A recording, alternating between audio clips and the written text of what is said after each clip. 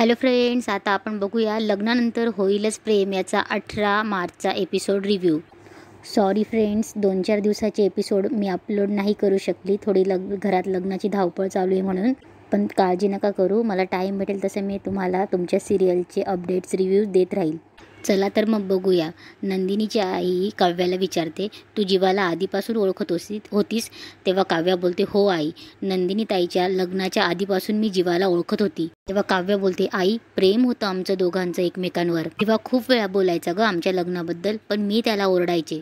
शारदा बोलते, अगं पण आधी का नाही सांगितलं? तेव्हा काव्या बोलते, आई कशी सांगणार होती मी? बाबांना वेल सेटल मुलगा हवा होता ना, म्हणून आम्हीच ठरवलं होतं. जोपर्यंत माझं सगळं शिक्षण पूर्ण होत नाही आणि जोपर्यंत जीवा स्वतःच्या पायावर भक्कमपणे उभं राहत नाही, तोपर्यंत आपल्याबद्दल कुणालाच नाही सांगायचं. तेव्हा शारदा बोलते, अगं निदान लग्नाला उभं केलं तेव्हा तरी सांगायचं. तेव्हा काव्य बोलते, आई अगं काय बोलतेस तू? आई तुला माहिती आहे ना आमचं लग्न कुठल्या परिस्थितीत झालं? अगं किती गोष्टी घडत होत्या तेव्हा. आपली ताई गायब झाली, पार अडकले. आई अगं लग्न मंडपातली सगळी माणसं मला मारायला तयार होती, नाहीतर लग्न कर म्हणून माझ्या पाया पडत होती. अशा वेळी काय करायचं मी? आई, समाज, कुटुंब, किती नाती, कशाचं प्रेशर टाकलं नाही तुम्ही ग माझ्यावर? आणि आई कसं बोलणार होते ग मी? काहीही सुचत नव्हतं मला तेव्हा. कसं सांगणार तुम्हाला? कुठल्या तोंडाने सांगणार? ज्याच्याबद्दल तुम्हाला सांगायचं होतं तोही तिथे नव्हता. आई अगं ताईबद्दल काही अंदाज नव्हता आपल्याला, पण जीवाचं माहिती होतं अगं. तो परत येणार होता. तो सुद्धा ताईला शोधायला गेला. वेळेत येऊ शकला असता जीवा, पण उशीर झाला त्याला यायला. सगळ्यालाच उशीर झाला आई. तेव्हा शारदा बोलते, देवा काय घडलं हे आमच्या हातून? वाटलं होतं आपण जो निर्णय घेतोय म्हणून दोन्ही मुली सुखी होतील, पण एकाच वेळी दोन्ही मुलींचे आयुष्य बर्बाद होणारे हे माहिती असतं तर. शारदा रडायला लागते. काव्या तिला मिठीत घेते आणि बोलते, शांत हो आई. तेव्हा काव्या शारदाचा हातात हात घेते आणि बोलते, आई आत्ता कळलंय ना तुला? आत्ता कळलं ना तुला? प्लीज मला समजून घे. म्हणून काव्य रडायला लागते. तेव्हा काव्य रडत बोलते, आता कळतंय ना तुला मला का नाही जायचंय त्या घरात? आता कळतंय ना तुला मला किती अवघड आहे त्या घरात राहणं? कळतंय ना? प्लीज समजून घे आई. आणि काव्या शारदाच्या हातावर डोकं ठेवून रडायला लागते. काव्या बोलते, आई तू मगाशी मला काय म्हणालीस? बिचारी आपली नंदिनी ताई, काय अवस्था होत असेल ग तिची, ज्याच्याबरोबर तिचं लग्न ठरलं होतं त्यालाच तिच्या बहिणीचा नवरा म्हणून बघावं लागणारे रोज. कसं सहन करणार आहे ती म्हणालीस ना आई? मग आता माझा विचार कर. माझ्या प्रियकराला माझ्या बहिणीचा नवरा म्हणून बघावं लागणारे, ज्याच्याबरोबर मी संसाराची स्वप्न रंगवली होती, तो जेव्हा माझ्या ताईबरोबर संसार करणारे माझ्या समोर. विचार कर ग आई, माझी काय अवस्था होईल? शारदाही रडते आणि बोलते, नाही ग बाळा, कल्पनाही करवत नाही मला, म्हणून तू लग्नाला नाही म्हणत होतीस. आम्ही कोणी काही तुझं ऐकूनही नाही घेतलं ग. खरंच खूप मोठी चूक झाली आमच्या हातून. बघा शारदा हात जोडते. काव्या पटकन हात पकडते शारदाचा. शारदा बोलते, काव्या माफ कर, मला माफ कर ग.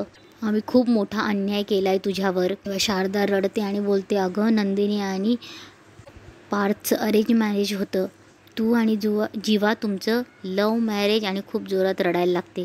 शारदा परत हात जोडते आणि बोलते, खूप मोठी चूक झाली ग बाळा, खरंच चुकलं. आणि एकाच नाही ग, दोन्ही मुलींसाठी आम्हाला आयुष्यभर अपराधी वाटत राहील. पण तरी काव्या तू कोणाला तरी सांगायला हवं होतं ग मला, निदान बाबांना किंवा पार्थला. काव्या बोलते, आई बास कर ग आता, बास. काय चाललंय तुमचं सगळ्यांचं? सगळे मलाच दोष देत आहे. ते जीवा सुद्धा मलाच दोष देतोय आई, की मी का नाही सांगितलं? तूही आत्ताच मला दोष देतेस, मी का नाही सांगितलं सगळ्यांना आमच्याबद्दल? आई आठवून बघ त्या दिवशी काय काय झालं होतं. बोलू दिलत तुम्ही मला? एक संधी दिलीत मला बोलायची? माझ्या जागी विचार कर आई. भर मांडवात 4 चौघात माझे बाबा पाया पडले, माझ्या पायाशी डोकं टेकलं त्यांनी. मग कशी बोलणार होते मी? कसं सांगणार होते तुम्हाला सगळं? तू रडत होतीस ना, फक्त रडत होतीस. तूही आलीस माझ्याशी बोलायला, पण तू घेतलीस माझी बाजू. पार्थची सुद्धा नाही बोलू शकले, तेही टेन्शनमध्ये होतेच ना ग. इथली सगळी माणसं त्यांनाही मारायला उठली होती.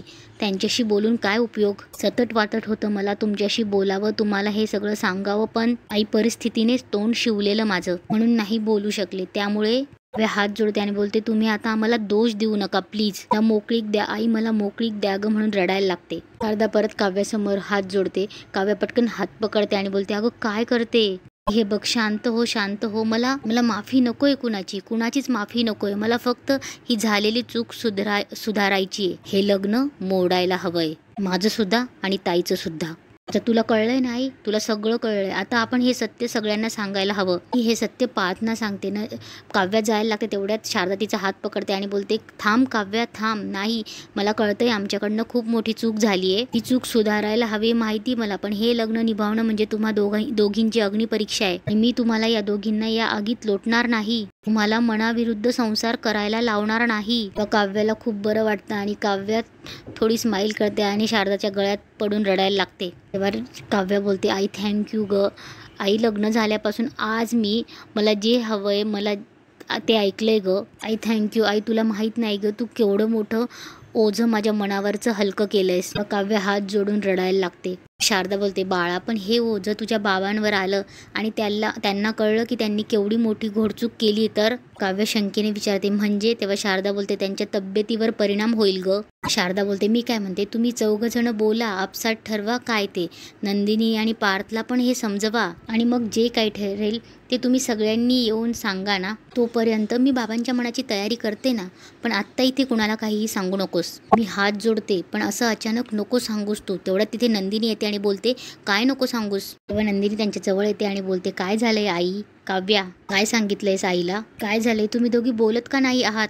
शारदा बोलते, नाही अगं काही नाही, मी हिला सांगत होते की इतक्यात तुझ्या मनात जे आहे ते कुणाला सांगू नकोस, ही बाबांना तर नकोच. नंदिनी बोलते, काव्या काय सांगितलंयस आईला? नंदिनी बोलते, तू डिवोर्स आता आईला सांगितलंयस, प्लीज बाबांना सांगून टेन्शन देऊ नकोस आणि चल खाली वाट बघतायत सगळे. नंदिनी काव्याला हात धरून घेऊन जाते आणि शारदा काव्याला हात जोडून खाली नको सांगू हे सगळं म्हणून खुणवते. आणि खाली जीवा आणि पार्थ दोघी बहिणींना घ्यायला आलेले असतात. आरू नंदिनीच्या गळ्यात पडते. तेव्हा नंदिनी तिला बोलते, आरू आईबाबांची काळजी घेशील ना?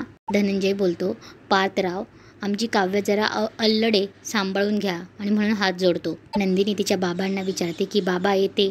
नंदिनी बोलते, नमस्कार करते आणि ती जीवालाही खुणवते. जीवा आणि नंदिनी नमस्कार करतात. हे सगळं काव्याला खूप जड जात असतं. जीवा आणि नंदिनी शारदाचेही पाय पडतात. काव्याकडे बघतो, शारदा ही काव्याकडे बघते. काव्या कुणाकडेच बघत नसते, ती साईडलाच उभी असते. तेवढ्यात पार्थ काव्याकडे बघतो आणि धनंजयला बोलतो, पाया पडतो आणि पार्थ धनंजयचे पाय पडतो. धनंजय त्याला आशीर्वाद देतो की सुखी राहा. पार्थ शारदाचेही पाय पडतो. काव्याचं लक्षच नसतं. पार्थ सगळ्यांना येतो म्हणतो आणि काव्याला खुणवतो की चला. पार्थ बाहेर जातो, जीवाही येतो म्हणून बाहेर जातो. नंदिनी काव्याजवळ जाते आणि बोलते, काव्या चल. उगी गेल्यावर शारदा खचते. तेवढ्यात धनंजयने आरू शारदाला पकडते. धनंजय बोलतो, तुला काही बरं वाटत नाहीये का? तेव्हा शारदा बोलते, नाही काही नाही, ठीक आहे मी. धनंजय बोलतो, मुली येऊन गेल्या मला बरं वाटलं, शिवाय दोन्ही जावाई आले म्हणजे इतके नाराज नाही आहेत. तेव्हा आरू बोलते, पण सगळी नाराजी काव्यानेच दाखवली. बाबा मला असं खूप वाटतंय की काव्या डिस्टर्ब आहे. तेव्हा आरू शारदाला विचारते, आई तुला काय वाटतं? इकडे पार्थ आणि जीवा रात्रीचं दोघी बहिणींना घेऊन निघतात. तेव्हा पार्थला आठवत असतं की जीवा जे बोलत असतो की मला वाटलं म्हणून मी नंदिनीशी लग्न केलं, आता ती नंदिनी जीवा देशमुख असणार. तेव्हा पार्थ गाडीचा काच सेट करतो आणि नंदिनीकडे बघत असतो आरशातून. मला तेही आठवतं की जेवताना शारदा बोलते, नंदिनी कोलंबी वाढ ना जीवाला. तेवढ्यात नंदिनी जीवाला बोलते की आमच्या आईच्या हातची स्पेशल डिश आहे, खाऊन बघा. पार्थ गाडीचा आरसा काव्याकडे सेट करतो. काव्या रडत असते. काव्यालाही आठवत असतं. जेवताना शारदा बोलते, जीवा तुमच्या आवडीचं आहे स्वीट रसगुल्ले.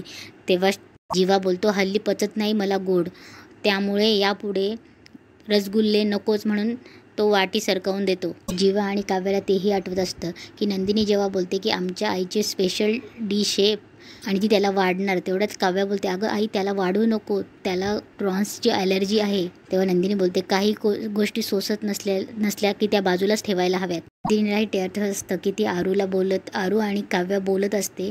तेवढ्यात नंदिनी तिथे येते आणि बोलते, मला पण घ्या ना तुमच्या मिठीत. तेव्हा काव्या तोंड फिरून घेते. त्याला तेही आठवत असतं की शारदा बोलते की हे लग्न म्हणजे तुमच्या दोघींची अग्निपरीक्षा आहे आणि मी तुम्हाला त्या अग्नीत नाही लोटणार ग. शारदा बोललेलं तिला आठवतं की मी काय म्हणते, तुम्ही 4 जण बोलून ठरवा, आपसात ठरवा काय ते. नंदिनी काव्याच्या खांद्यावर हात ठेवणार. तेवढ्यात काव्या ओरडते, गाडी थांबवा. तेवढ्यात जीवा पाठी बघतो. काव्या परत ओरडते, गाडी थांबवा, मला बोलायचंय तुमच्याशी. तेव्हा पार्थ पटकन साईडला गाडी थांबवतो. तेव्हा पार्थ बोलतो काय काय झालं. तेव्हा काव्या बोलते तुम्ही तिघं गाडीच्या खाली आत्ता उतरा, मला आत्ताच्या आत्ता बोलायचंय तुमच्याशी. नंदिनी बोलते काव्या हा काय वेडेपणा आहे, हे बघ घरी जाऊन बोलूयात ना आपण, इथे काय रस्त्यात. तेव्हा काव्या बोलते नाही ताई, घरी नाही बोलतायत आपल्याला, सगळ्यांच्या नजरे आपल्यावर असतात, मला घरी नाही बोलायचे, मला इथे बोलायचंय, प्लीज खाली उतरा प्लीज. जेव्हा बोलतो मनातल्या मनात ही काव्य काय सांगायला लागली आहे आमच्याबद्दल, जेव्हा सांगायचं होतं तेव्हा सांगितलं नाही आणि आता जगाला ओरडून सांगते काहीही झालं तरी मी खाली उतरणार नाही. आणि इथेच आजचा एपिसोड संपतो.